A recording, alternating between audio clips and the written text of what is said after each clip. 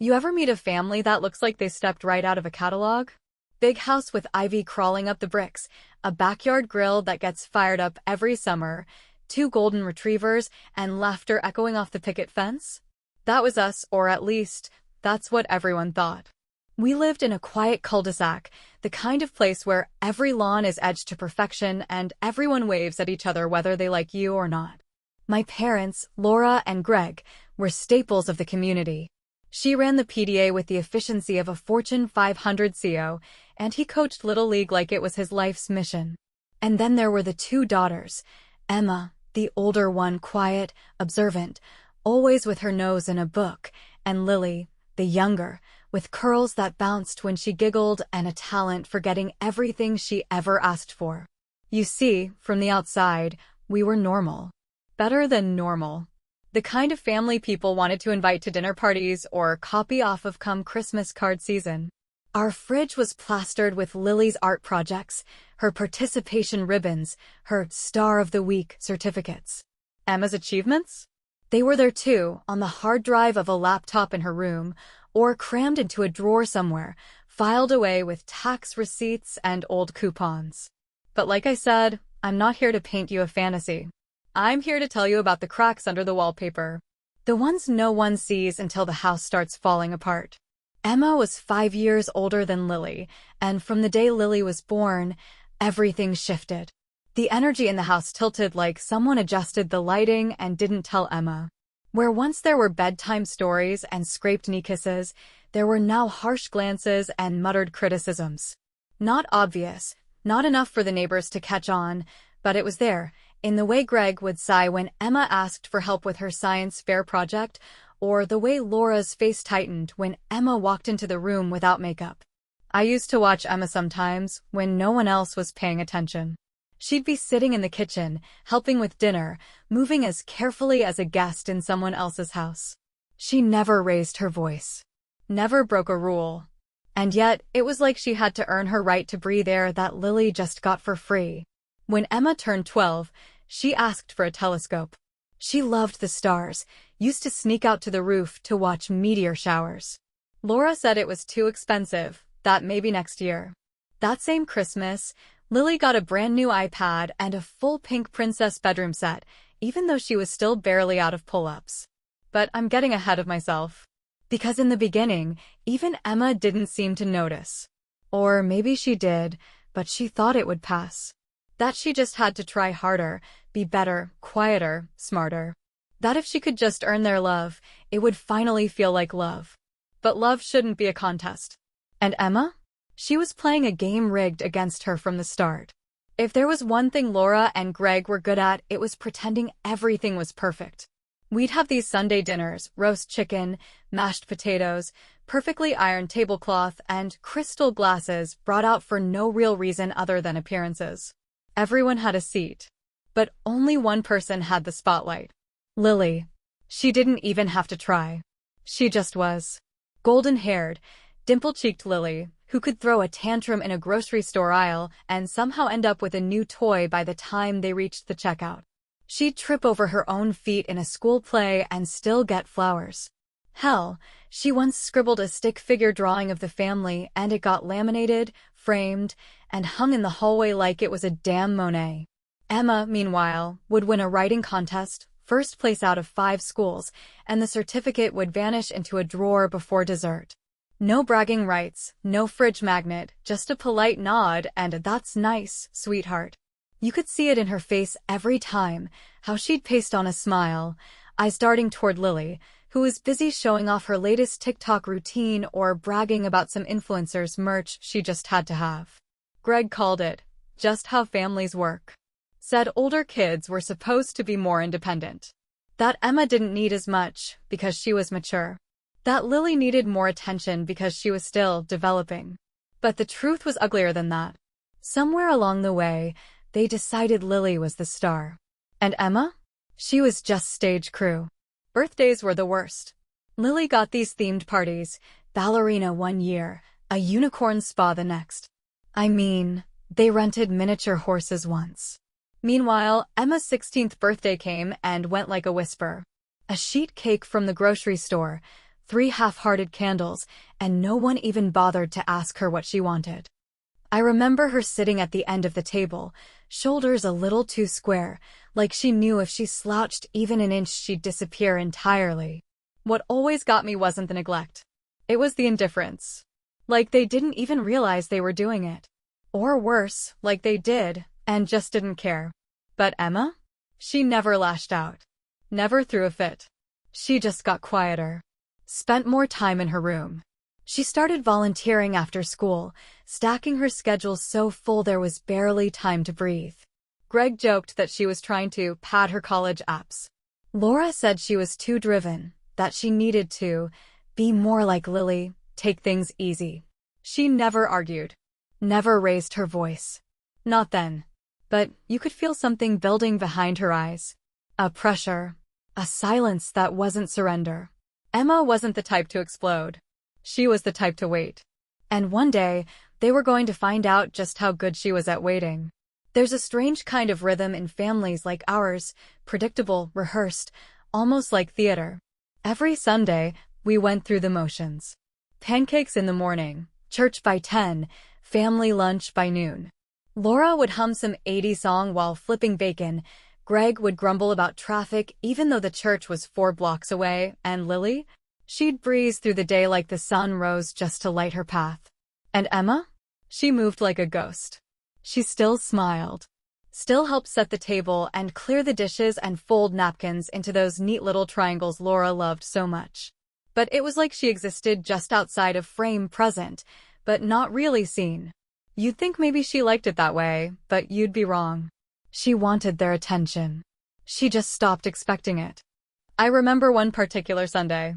Emma was 17 then. She'd just finished this community science program over the summer, built a prototype for a clean water filtration system that had actually been chosen for local development. Big deal. Huge. But all anyone talked about that day was how Lily had been invited to a casting call for some teen skincare commercial. Greg made steaks. Lily got hers cut for her even though she was 15 and perfectly capable of using a knife. Laura asked Emma if she was still doing that nerd stuff. Emma nodded. Said, yeah, actually, it got approved by the city. Laura blinked, clearly not registering the importance. That's great, honey. But do you think you'll still have time to help Lily pick out outfits for her shoot? That was how things always went. Emma could move mountains, and all they'd see was the shadow cast by Lily's ring light. They thought Emma was quiet by nature. That she didn't need affection like Lily did. That she was fine. But what they didn't know, what they never cared to learn, was that Emma kept track of everything. Every forgotten birthday. Every borrowed dollar that never came back. Every time Lily's wants were more important than Emma's needs. She wrote things down. Not just in a journal, but in a spreadsheet. I found out years later, and by then, the damage had already been done. Still, back then, the performance continued. Christmas came with matching pajamas, Lily's gift stack always twice as high. Vacations revolved around her dance competitions, her influencer partnerships, or whatever else she was chasing that month. Emma tagged along quietly, always in the background of family photos, if at all. Never front and center. Never celebrated. The cruelest part? They truly believed they were a good family. Laura loved to brag about how close we all were, how lucky she was to have 2 beautiful daughters. Greg would flash that salesman smile and say, we raised Em right. No drama in our house. And for years, Emma let them believe it. But nothing stays buried forever. And in a few months' time, that well-behaved, overlooked girl they ignored, she was going to flip their perfect little world inside out. Emma turned 18 with little fanfare. No party. No dinner out. Laura had made some offhand comment about how 18 isn't a milestone for girls the way 16 is, and Greg followed it with one of his classic lines, you're an adult now, time to start pulling your weight. So she did. She got her first job 2 weeks after her birthday. Part-time at a local bookstore after school, and weekends working register at a bakery downtown. No complaints. No questions. Emma just quietly started showing up at 7 in the morning, hair pulled back in a neat ponytail, apron already tied. The thing was, she was good at it. better than anyone expected. She kept receipts, learned how to budget. She wasn't flashy like Lily, but she was efficient, smart, reliable. The manager at the bakery bumped her up to shift supervisor within 6 months. The bookstore asked her to help with inventory, social media, even minor event planning. She took on both jobs, built a savings account, and never once asked her parents for help. I think that's when they started to notice her again, but not in the way she probably hoped. At first, it was little things. Greg would make jokes about all that extra cash she must be raking in. Laura asked if she'd mind chipping in for groceries once in a while, since she was basically an adult now. And Emma, being Emma, said yes. No fight. No pushback. Just calm acceptance. That's what made it easier for them to take advantage. She bought her own clothes, paid her own phone bill, even pitched in for car insurance when she finally scraped together enough for a used sedan. A red Civic with a dented bumper and 3 mismatched tires, but it was hers. I remember her beaming behind the wheel the first time she drove it home. Greg barely looked up from the TV. It was supposed to be a stepping stone, freedom, independence, a taste of what it meant to rely on yourself. But what she didn't know, what none of us did at the time, was that her bank account wasn't as private as she thought. Not in that house. Not with those parents. Emma was still living under their roof, after all. She thought they'd be proud. She thought maybe, just maybe, she was starting to matter again. And for a while, it looked that way. Greg would slap her on the back and say, "That's my girl." Laura would ask about her work schedule and nod thoughtfully, as if considering her time. Lily, when she was around, would scrunch her nose and ask why Emma didn't just work remote, like all the influencers she followed. But behind the curtain? Behind the smiles and nods? Something darker was already in motion. The first paycheck marked the beginning of the end. Emma had started building something for herself, and they were already figuring out how to take it from her. It didn't happen all at once. That's the thing people don't realize about theft. When it's personal, when it's close to the bone, it's rarely a smash and grab. It's quieter than that. More calculated. Emma didn't wake up to an empty bank account or find her room ransacked. No, what happened to her was slow. Subtle. It was a bleed. And like most bleeds, she didn't notice it at first. She'd been working for months now, clocking hours at the bakery before sunrise, then the bookstore after class. It was hard. Exhausting, really. But she wore that exhaustion with pride. Every ache in her legs, every shift she didn't call out of, it all meant progress. Independence. Her paycheck wasn't massive, but she tracked every cent. She had her spreadsheet open constantly, categorizing groceries, car insurance, phone bill, and whatever little she managed to stash away into savings. For a while, it made her feel like she was finally in control. Finally building something that was hers alone. Until the numbers started lying. It began with something small. One week, she noticed her checking account was about $30 lighter than it should have been. She combed through her receipts, her online banking, her statements. No record of a withdrawal, no debit charge. At first, she chalked it up to a mistake. Maybe she'd forgotten something. A gas fill-up. A snack between shifts. Anything. She adjusted the spreadsheet and moved on. But it didn't stop. The next week, it was 40. Then 60. Then over 100. Always the same pattern. The deposit would go in, the numbers would look good, and then the money would quietly disappear. The kicker? Every time her account dipped mysteriously, Lily seemed to come home with something new. A new iPhone, fresh out of the box. The exact one she'd been whining about for weeks, the one she said all the influencers were using now, like owning it was some kind of career necessity. Laura filmed Lily's unboxing and posted it on Facebook with the caption, "Our baby deserves the best." So proud of our rising star. Emma sat in the hallway watching the video play, listening to her own heartbeat thud in her ears. That phone cost more than her monthly paycheck. And Lily wasn't working. Not a part-time job, not an internship.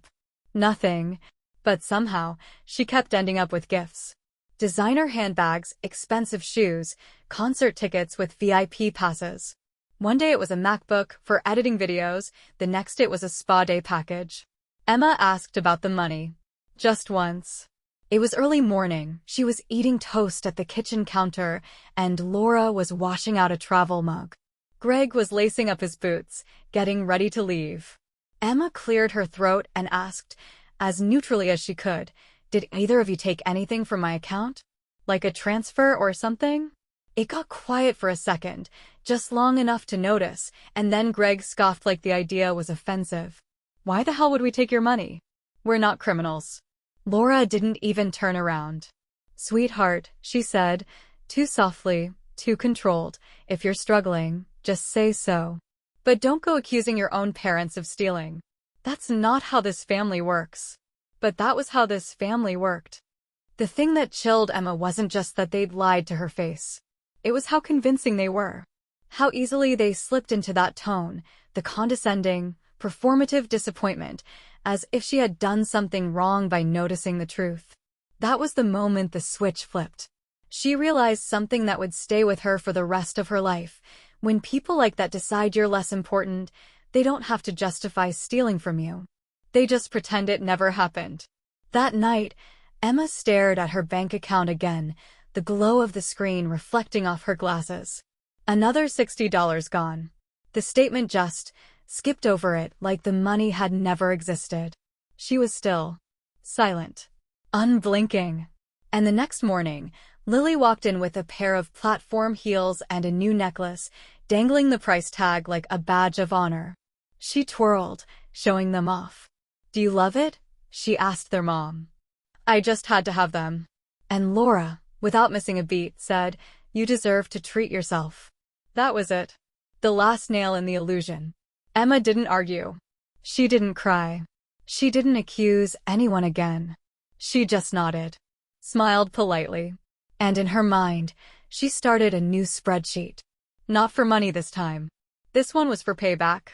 By the time Emma decided to install the cameras, she'd stopped thinking of the house as home. It was just a structure now, a place where her things were stored and her money disappeared. Somewhere along the line, trust had rotted through the floorboards. She still played her part, said her pleases and thank yous, cleaned up after dinner, and nodded through family check-ins. But behind her steady eyes, something was hardening. She did her research first. Emma always did her research. She spent 3 nights reading forums, watching product reviews, making sure whatever she used wouldn't be traceable or obvious. The last thing she needed was for her parents, or worse, Lily, to catch on. So she bought 2 tiny cameras online, ones that looked like phone chargers and functioned just the same. No blinking lights, no buzzing, no sound. Just smooth, silent recording. She placed the first one in her bedroom, hidden just behind the corner of her dresser, facing her desk where she usually left her bag and wallet. The second went in the hallway near the upstairs office, where Greg liked to borrow her laptop or rummage for paper under the guise of doing taxes. She didn't tell anyone. Didn't even mention it in her journal. Emma knew better than to trust words. But video? Video couldn't lie. The first week passed without much fanfare. The footage showed what you'd expect: Emma coming and going, studying late into the night, occasionally rechecking her spreadsheets like a woman obsessed. She was starting to wonder if maybe the cameras had been a paranoid mistake. Maybe she had just miscalculated. Maybe. And then came Tuesday. She got the alert while she was on break at the bakery. Motion detected, 1:12 p.m. No one was supposed to be home. Greg was at work. Laura had some volunteer event at the community center. Lily had class, or so she claimed. Emma pulled up the live feed on her phone, and what she saw made her stomach sink. Laura, walking into Emma's room with the kind of calm, calculated pace that suggested this wasn't her first time. She moved straight for the desk drawer, opened Emma's wallet, and plucked out a $50 bill with one hand while texting with the other. No hesitation. No guilt. She didn't even look around. Just took it, tucked it into her purse, and walked out. Emma stared at the screen like she'd been slapped. Her pulse didn't spike. Her breath didn't catch. She just stared. 10 minutes later, a second alert. Greg. this time in the hallway, standing outside her room, checking to see if anyone was around. Then he ducked into the office and rummaged through her file folders. Took an envelope labeled car repairs, peeled out 220s, stuffed them into his coat pocket and left. It wasn't even sneaky. It was practiced. Routine. That night, Lily walked into the kitchen with a shopping bag from one of those overpriced boutiques downtown, the kind where a plain white tank top costs $150 if it has the right logo stamped on it. She showed it off like a trophy. "Mom said I deserved it for all the stress I've been under," she said, laughing. "Midterms are killing me." Emma just smiled, poured herself a glass of water, and walked out. She didn't confront them, didn't show her cards, because now she had something better than accusations. She had evidence. That night, she backed up the footage. Not just one copy, 3. One on an encrypted flash drive she kept in her sock drawer. Another in cloud storage under a fake name. The last on a hard drive she planned to keep off-site, just in case. Call it paranoia, call it strategy, but Emma was done playing by their rules. They thought she was still powerless. Still trapped under their roof, still the same overlooked daughter who'd never stand up for herself. They were wrong. Emma had proof now. And the next move was hers. She didn't announce it. There was no big fight, no slammed doors, no screaming match that would have made it into a dramatic family story later on. No, Emma knew better than that. Revenge wasn't loud. Not the kind that lasts. The most brutal kind of revenge is quiet. It slips out the back door while no one's looking and waits for the right time to turn around. She started planning her move 2 weeks after she caught them on camera.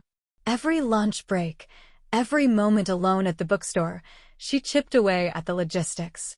Found a small studio apartment across town, nothing fancy, but clean, safe, and hers. Put down a deposit using the money she'd hidden from her own parents, stashing cash at work and moving savings into a private account under a different bank altogether.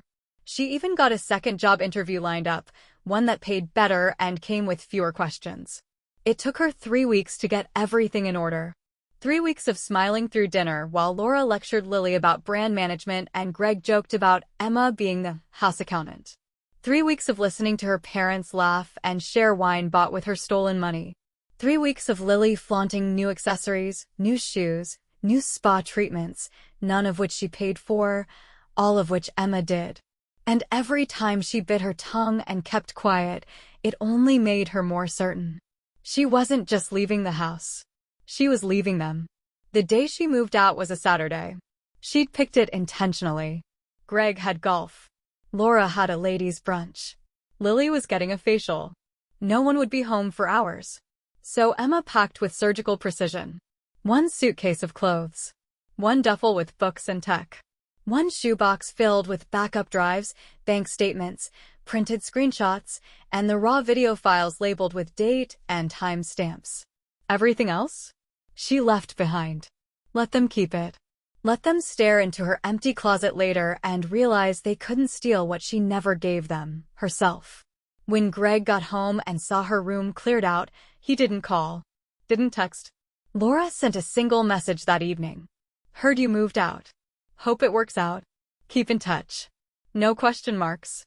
No warmth. Just a passing thought, like she was talking to an acquaintance, not her own daughter. Lily never said anything at all. No one asked why. No one wondered what pushed Emma out the door. They didn't care. And that was the part that surprised her the least. What did surprise her, just a little, was how easy it was. How little resistance she faced. No guilt. No begging. No manipulative tears. They didn't cling, didn't chase. They let her go like she meant nothing. But they had no idea what she'd taken with her. They thought she'd walked away to live some quiet little life in the corner of the world, tail between her legs. They thought this was the end of the story. It wasn't. It was the intermission. Emma wasn't done. Not by a long shot. She'd been collecting every slight, every theft, every lie since she was old enough to recognize unfairness for what it was. She knew their secrets now. She had them recorded, time-stamped, categorized. And most dangerous of all, she had time. Because now, with her own space, her own locks, her own income untouched by greedy fingers, Emma was free to build something bigger, something smarter, something far more destructive than they ever could have imagined. And while they went on with their lives, smiling over Lily's latest Instagram post, sipping wine Emma paid for, she was already laying the foundation for their collapse. It wouldn't be loud. It wouldn't be messy. It would be devastating. The first few weeks in her new apartment felt like shedding skin. Emma didn't sleep much, not because of stress, but because of adrenaline. The quiet there was different. It wasn't awkward like back at home, where silence meant tension and avoidance. This silence was hers. No one knocking on her door. No one rifling through her things when she was out.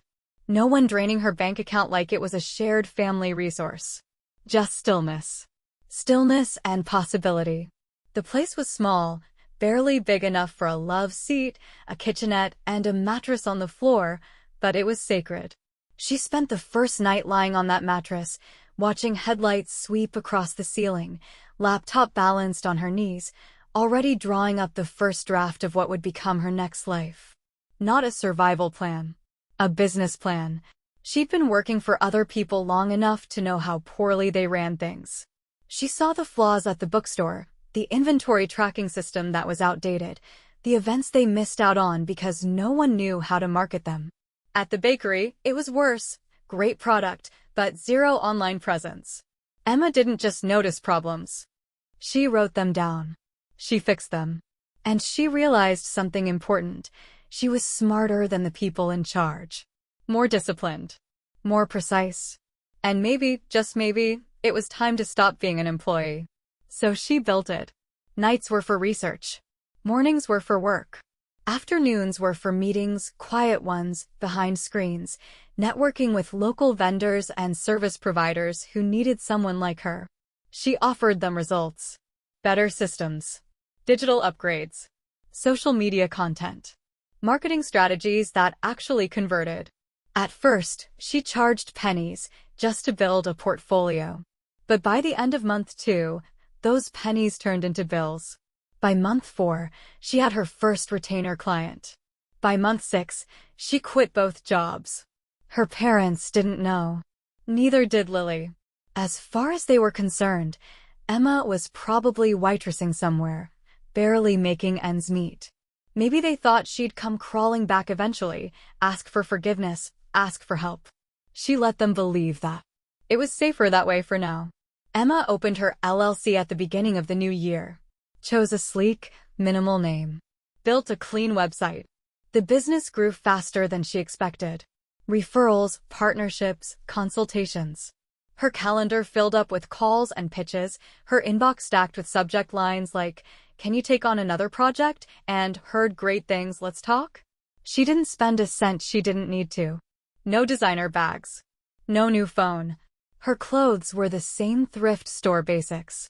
She kept her Civic running, cooked her own food, walked to meetings when she could. Every extra dollar went into the business. Into growth. And behind the scenes, in a locked folder no one else could access, she kept all the footage. All the evidence. Labeled, cataloged, backed up. She still watched it sometimes, not to torture herself, but to remind herself what she was doing all this for.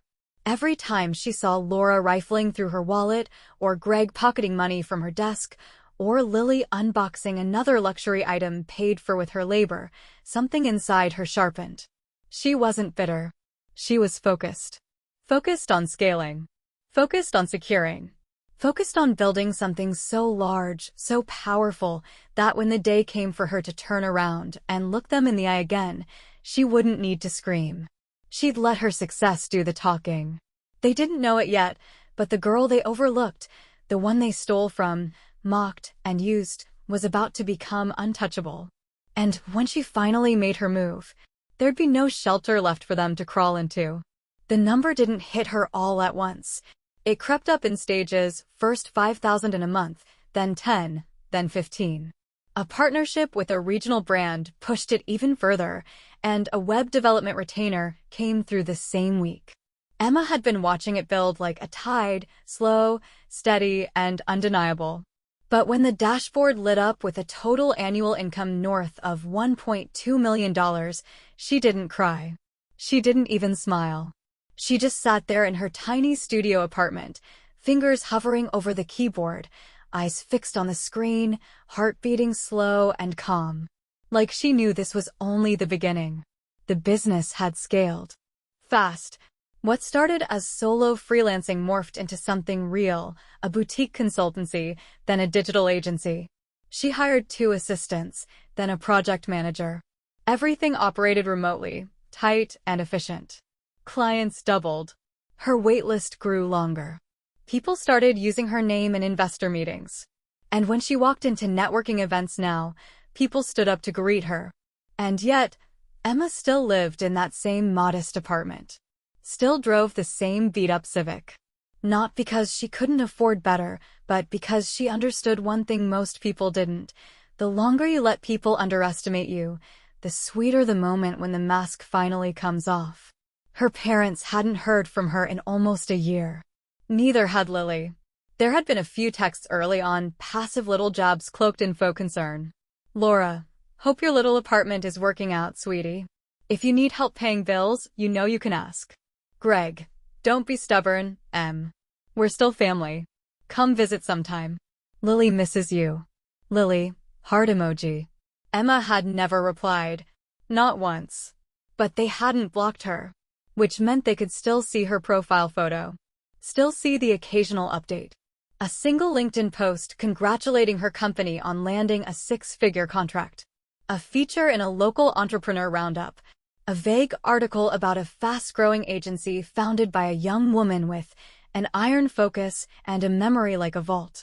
Her mother sent a message after that article went viral. Laura, wow. Is that really you? We're proud of you, sweetheart. No punctuation. No warmth. Just confusion. Maybe even fear. Emma didn't respond. She wasn't done yet. When she bought her first property, a commercial space downtown, sleek and glass-fronted, she paid in cash, renovated it into a co-working hub and branded it under her company's name. Inside, she kept her office minimal, steel, soft light, and a wall of windows that overlooked the skyline she used to dream about behind the counter of a bakery. She didn't tell anyone back home, but she knew it was only a matter of time before they found out. And when they did, oh, it wasn't going to be congratulations. It was going to be desperation. It started with a voicemail. Greg's voice, a little too friendly, a little too careful. Hey, kiddo. So, your mom and I saw your name in that magazine. Really impressive stuff. We were actually thinking about a little project of our own. Maybe you could give us some advice. Family business kind of thing. Give us a call. Emma didn't delete the message. She saved it. Like all the others. Then came Laura, this time with a text that practically stank of sugar and rot. Laura, sweetheart. It's been too long. We should all sit down and talk. Things have been hard since you left. We've always believed in you. Maybe you could help us get back on our feet. Lily's message came after that, written like she'd just remembered Emma existed. Lily, hey. I need a favor. You probably have the money. I'll pay you back. Promise. Emma stared at that one for a long time. Then, with the same calm precision that had made her a millionaire, she typed a single word in response. No. And for the first time in their lives, they were the ones left staring into silence. But they wouldn't stay quiet for long. Because what they really wanted, what they needed, wasn't her forgiveness. It was her money. And Emma? She was done giving. Next, they were going to beg her to repay a loan they'd never actually given. And what'd she do in return? Well, she had a very different kind of loan in mind. It started with a letter. Not a phone call.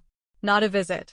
A thick, manila envelope with no return address dropped through Emma's office mail slot one Monday morning.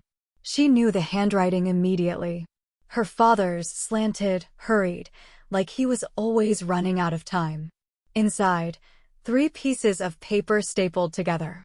The first page was a type note that read more like a threat than a plea. The second, a bank statement, highlighted, underlined in red, with numbers she didn't recognize. The third, a copy of a personal loan agreement. Apparently, they'd given her a family loan years ago. Apparently, she had agreed to pay it back once she got on her feet. According to the document, they had supported her in good faith with financial assistance totaling $18,000 over 3 years. It was laughable. A fabricated lie written by people who had once stolen 20s from her nightstand and called it parenting. People who funded Lily's entire adolescence with Emma's paychecks and pretended they were struggling just so she wouldn't ask questions. She sat there, alone in her office, holding the papers with steady hands. For a full minute, she didn't move. The city buzzed outside, muffled by the glass windows she'd paid for in full. Behind her, her staff worked quietly, unaware that the girl who once cried herself to sleep in a house filled with people who ignored her was now being asked to bail out the very people who had made her feel invisible. She set the papers down slowly, like they were contaminated. Then she stood, walked to the kitchenette, and made herself a cup of coffee. Not because she needed caffeine, but because she needed to hold something warm while she let the rage settle. They hadn't even asked nicely. No apology. No reflection. Just entitlement printed on cheap paper, mailed like a bill to be paid. Greg and Laura were drowning now, that much was obvious. Credit cards maxed out. Home equity drained. No more money coming in from Lily's short-lived influencer gigs. The family boat was finally sinking, and instead of learning to swim, they were trying to throw Emma a rope and drag her down with them. And they thought she'd do it. Of course they did. That's how it always worked. Emma had been the dependable one. The good girl. The one who swallowed her pain and nodded through betrayal like it was weather. But not anymore. She didn't call them. Didn't text. She waited. And right on schedule, the next message came, this time from Laura, full of saccharine concern, as if the last 20 years hadn't happened. We're worried about you, sweetie. You've changed so much. We miss the old you. Can we please talk? Emma stared at that message for a long time. The nerve of it. She'd changed? What they meant was, she was no longer under their control. They missed the version of her that didn't fight back. The girl who kept the peace by staying quiet, even when they emptied her savings and gave Lily the birthday trip to Paris Emma had spent 2 summers saving for. So, Emma responded. But not the way they wanted. She drafted a reply to her father, CC'd her mother, and attached one document. It looked official. Legal. It had all the formatting of a debt acknowledgement, complete with signature lines and a notary stamp. But this wasn't her agreeing to repay their so-called loan. It was a loan request. From them. $50,000. Due in 30 days. Interest compounded weekly. To recoup unpaid debts and unreimbursed expenses accrued over a 7-year period of direct financial exploitation, she wrote in the notes section. She listed the evidence, receipts, withdrawal logs, video stills, bank transfers. She attached screenshots of Lily's purchases, time-stamped against the days her own accounts were drained. She even included the cost of the iPhone Lily received the same week. $800 went missing from Emma's account. She didn't scream. Didn't accuse. She just submitted the debt like an invoice, cold and professional. And then she waited. 2 days later, her phone rang. Her father's name lit up the screen. She let it go to voicemail. Then came Laura's email. This is outrageous, Emma. We are your parents. You wouldn't have anything without us. Emma replied just once. You're right. I wouldn't have this motivation without you. Thank you. She signed it with her company name. Not her first. Not her last. Just the brand she built out of spite, pain, and silence. The one they couldn't touch. That night, she poured a glass of wine, leaned back in her leather office chair, and stared out at the skyline. They were unraveling. She could feel it. Their entitlement was like a fraying thread they kept pulling, unaware that the whole thing would collapse. She hadn't lifted a finger to destroy them. All she did was stop saving them. And that, in the end, was enough. It happened on a Thursday. Emma was in the middle of finalizing a merger with a mid-sized creative agency, her 3rd acquisition that year, when the receptionist buzzed in with a strange tone to her voice. There's a Greg and Laura Marsh here to see you. They don't have an appointment. They said it's urgent. Emma paused. Let the silence stretch. Then she told her assistant to send them up. She wasn't surprised it had come to this. After months of ignored messages, rejected loan requests, and silent rejection, her parents were finally desperate enough to show their faces in her space, her world. They thought showing up would soften her. Thought proximity would melt her spine. Thought, maybe, the daughter they raised to stay quiet was still in there somewhere. They were wrong. She was already standing by the time they walked in. Laura entered first, clutching a worn handbag and a too-tight smile. Greg followed, suit wrinkled, hair grayer than Emma remembered. They looked smaller. Not just older, but diminished. Like people who had bet the farm and lost, and were only just realizing how far the fall really was. Emma, Laura breathed, stopping in the doorway like she expected a hug. But Emma didn't move. She gestured to the chairs across from her desk and waited for them to sit, her face unreadable. The silence between them was heavy, almost cinematic. Greg cleared his throat first. We're not here to fight, he said, tone careful. We made mistakes. We know that. But this revenge. Emma tilted her head. Revenge? Her voice was low, steady. You think this is revenge? Laura jumped in, her voice shaking now. You're punishing us. We were just trying to help Lily through a hard time. Families support each other. We supported you when. No, Emma cut in sharply. You didn't. The room went still. You didn't support me. You used me. You stole from me. Lied to me. You made me believe I was less than her, every single day of my life. And when I finally got something of my own, you took it with no hesitation, no apology. Greg looked away, jaw clenched. Emma leaned forward, folding her hands on the desk. You've spent your whole life investing in Lily. Every dollar, every drop of attention, every ounce of belief. And now she's broke. She's divorced. She has no skills, no discipline, no path. And me? She smiled then. I'm the one holding the checkbook. Laura's voice cracked. We're going to lose the house. That's not my problem. Emma, please, Greg said, finally looking up. If you'd just pay back the loan. She laughed then. Not cruelly. Not loudly. But with the clean, sharp tone of someone who had waited her entire life to feel this kind of freedom. You still don't get it, she said. I'm not paying you a dime. In fact, she reached into her drawer and pulled out a crisp folder, flipping it open to reveal a single sheet of paper. I took out a loan in your name. Just approved last week. Small amount. Just enough to trigger a default you can't cover without selling the house. Laura's mouth dropped open. You, what? You said I owed you, Emma said, voice ice cold. Now you owe me. And don't worry, I documented every dollar you took. If you want to take this to court, I'll win. But I won't sue. I won't need to. Because I'm done wasting energy on people who treat me like a resource instead of a daughter. Greg stood, face flushed. This is insane. You'd really do this to your own family. Emma stood too. I don't have a family, she said. Not anymore. She walked to the door and opened it, holding it wide. You can leave now. Neither of them moved at first. Laura's eyes glistened with what might have been real tears, but Emma didn't flinch. Eventually, they walked out, stunned and shaking. She watched them go. Watched the elevator doors close behind them. And then she turned around, shut her office door with a soft click, and locked it. Not just the door to her office. The door to them. That night, she opened a bottle of champagne. Alone. No party, no announcement. She didn't need an audience. Her revenge had never been about spectacle. It had been about power, control, peace. And now she had all three.